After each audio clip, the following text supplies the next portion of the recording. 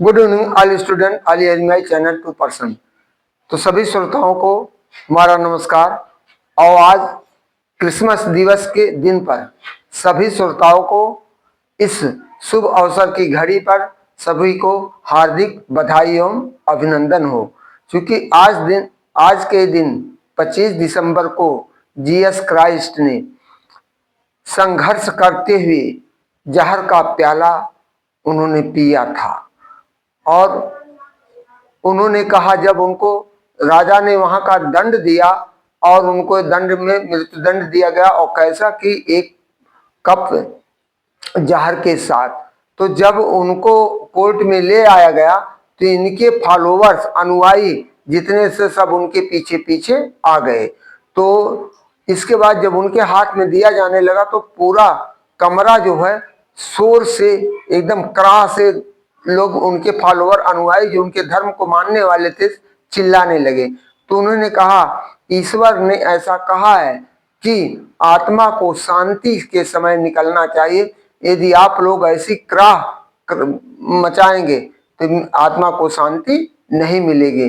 इसलिए तुरंत सब लोग शांत हो गए और हंसते हंसते उन्होंने जहर का प्याला अपने ओठ से लगाया और चूस के लिया। आने के बाद उनका डेथ हो गया। तो उन्हीं के अवसर पर आज का दिन ईसाइयों के लिए बहुत ही महत्वपूर्ण धूमधाम से मनाया जाता है। क्रिसमस डे, सेंट क्लॉजा इसमें बनाए जाते हैं। कहीं कहीं ईसाई वाले मिशनरी स्कूलों पर मेला वगैरह लगाए जाते हैं और तरह तरह के रंग बिरंगे सेंटा क्लॉज जो बनता है वहाँ प्रदर्शन करता। बच्चे उस पर काफ़ी मनोरंजन लेते हैं। तो इसी के साथ हम अपने यानी मोटिवेशनल वाक्य की तरफ चलते हैं। पहले हमने क्रिसमस से संबंधित 2 वाक्य लिखा है, इसके बाद फिर और दिए हैं। फिर आज का हमारा है, भारत में यूरोपीय कंपनियों का आगमन से संबंधित एक दिवसीय सभी प्रकार के प्रतियोगी परीक्षाओं के लिए महत्वपूर्ण प्रश्न एवं उत्तर।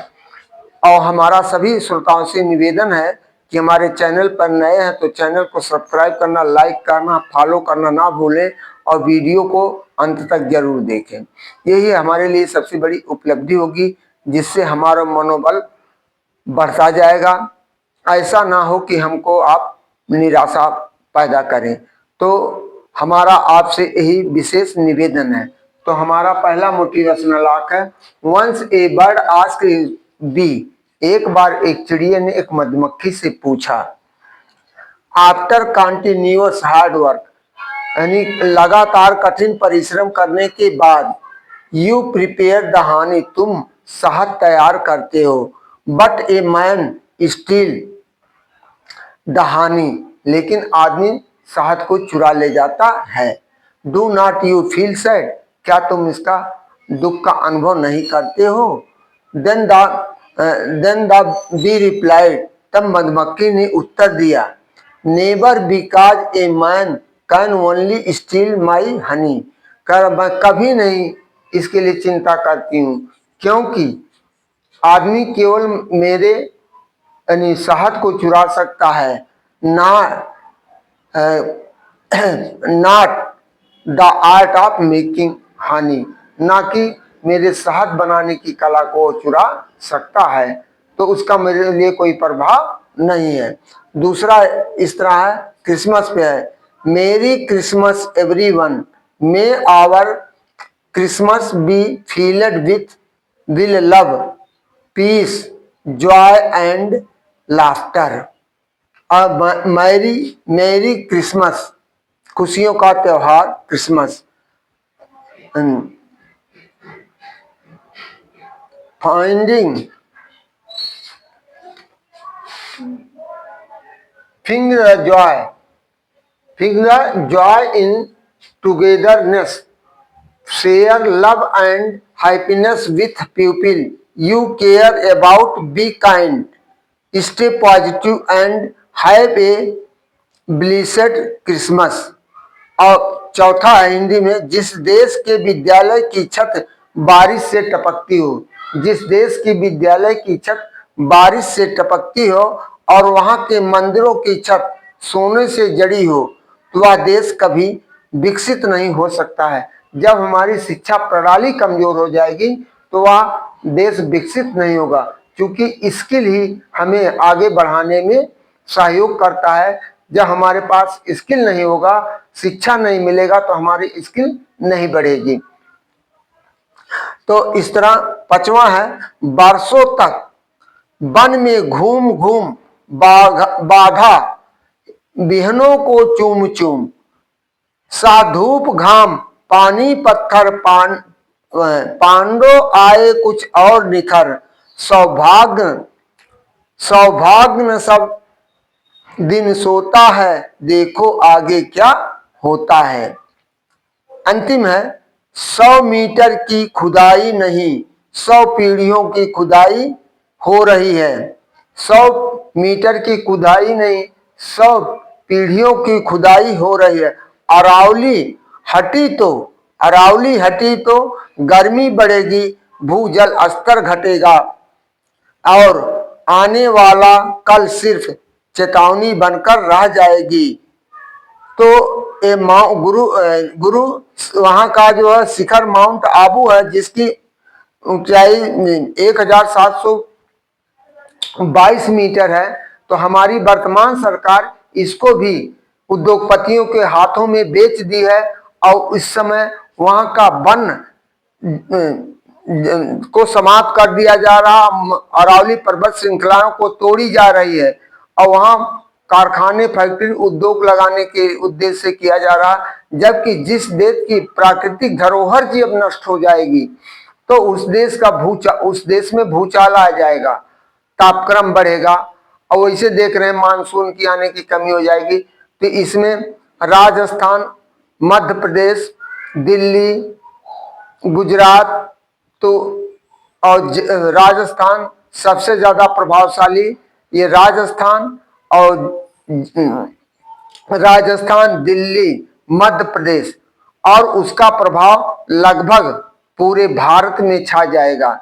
लेकिन उनको क्या अपने, और वही इसके पहले हमारे प्रथम प्रधानमंत्री पंडित जवाहरलाल नेहरू थे, इन्होंने अपनी प्राकृतिक संपदा को बनाने के लिए अपना सब कुछ निछावर कर दिया था। लेकिन वर्तमान सरकार हमारी ऐसी है, या अपने मित्रों सगे संबंधियों को संपन्न बनाने के लिए वह भारत का सब कुछ निजीकरण करते हुए चले जा रहे हैं और उनको सब कुछ देते, चाहे गरीब रहे या ना रहे, उससे उनको कोई मतलब नहीं, केवल उनका जुमला है, जुमले के आधार पर ही सब कुछ अपना करना चाहते हैं।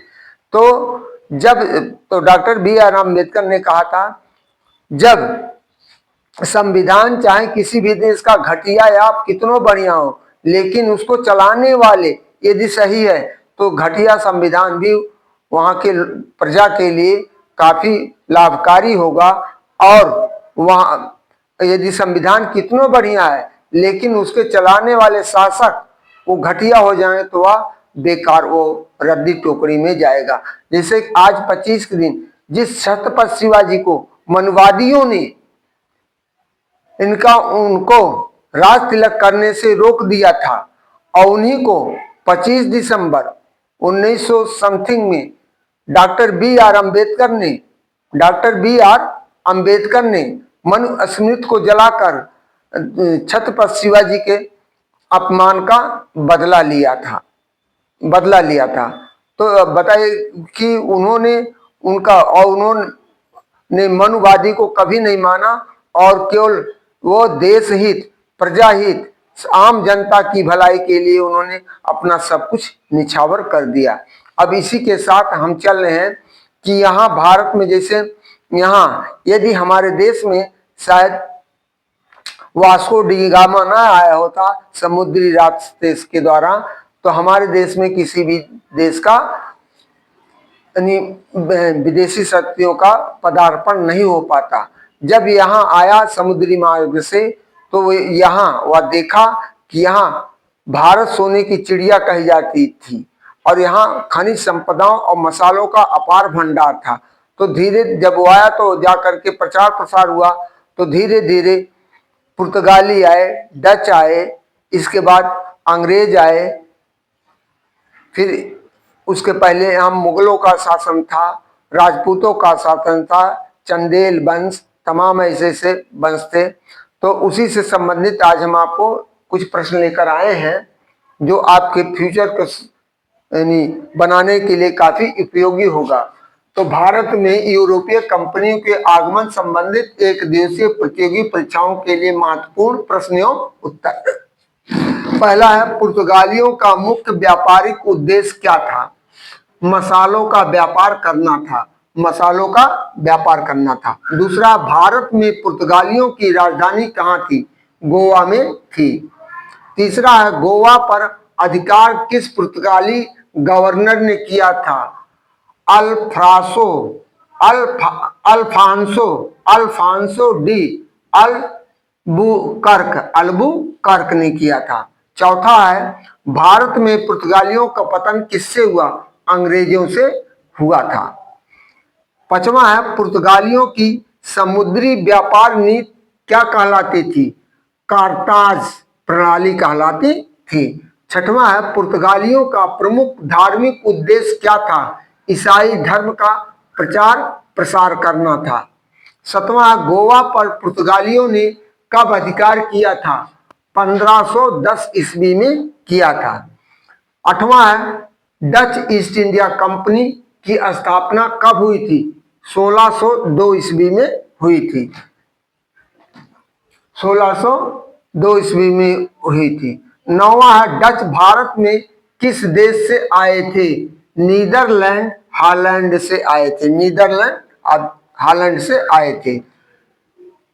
फिर 10वां है, डच ईस्ट इंडिया कंपनी किस प्रकार की संस्था थी? व्यापारिक कंपनी की संस्था थी। 11वां, डचों का मुख्य व्यापार किससे था? मसालों के व्यापार से संबंधित था।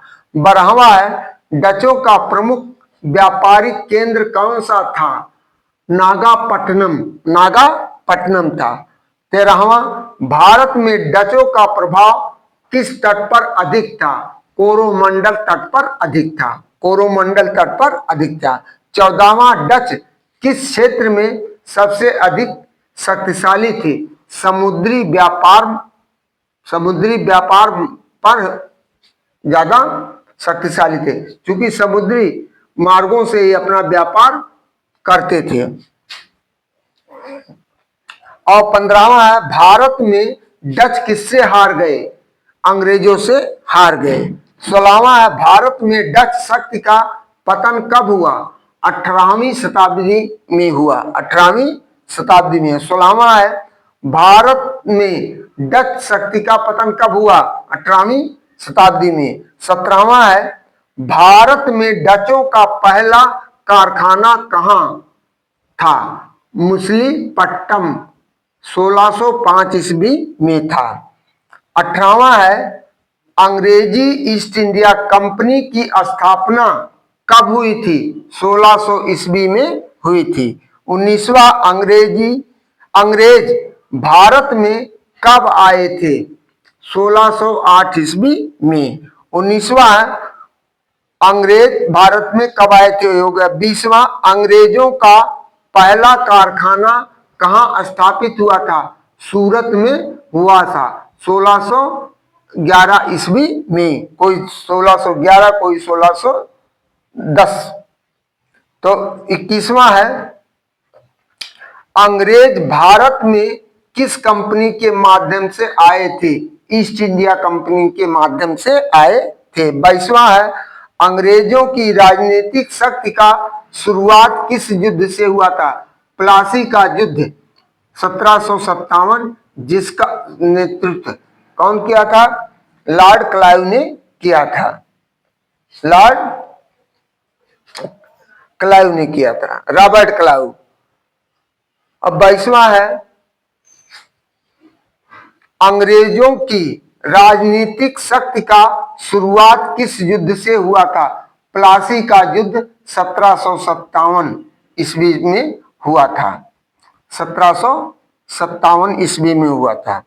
21वां है, देखिए बीच में छूट गया प्रश्न, अंग्रेज भारत में किस कंपनी के माध्यम से आए थे? ईस्ट इंडिया कंपनी में के माध्यम से आए थे और पहला इनका कारखाना सूरत में स्थापित हुआ था।